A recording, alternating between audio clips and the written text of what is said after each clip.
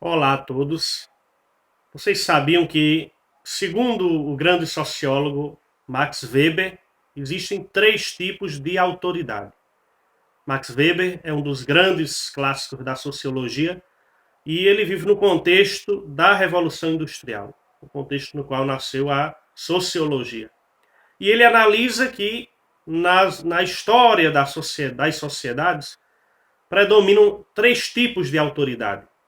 Em primeiro lugar, a autoridade tradicional, que tipo de autoridade é essa? Né? O período quando a autoridade é passada de pai para filho, por exemplo, para uma mesma linhagem familiar. Não existem eleições, não existe democracia. E o poder é assim, tradicional. Nem as pessoas aceitam isso, legitimam esse poder, aceitam naturalmente. A gente pode lembrar das grandes monarquias absolutistas, onde o poder passava de pai para filho.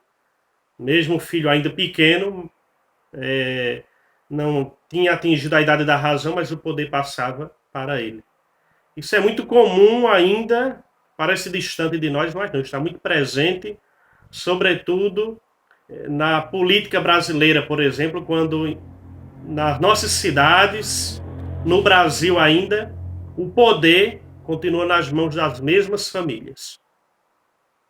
Apesar dos avanços no campo da democracia, mas o poder tradicional ele continua muito presente na sociedade. Se a gente analisar a conjuntura municipal, estadual, nacional, para a gente perceber isso. Mas Max Weber fala ainda de outro tipo de autoridade, a autoridade carismática.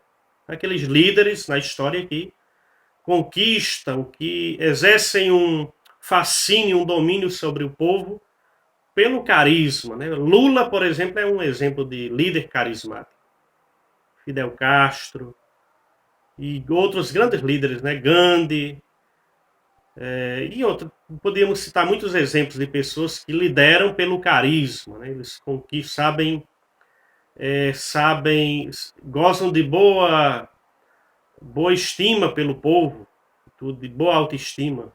E aí conseguem exercer um poder também, um domínio, né, um poder de liderança sobre a população. E um terceiro tipo é a liderança racional, legal, aqueles que são investidos de um poder pela própria sociedade, pela Constituição.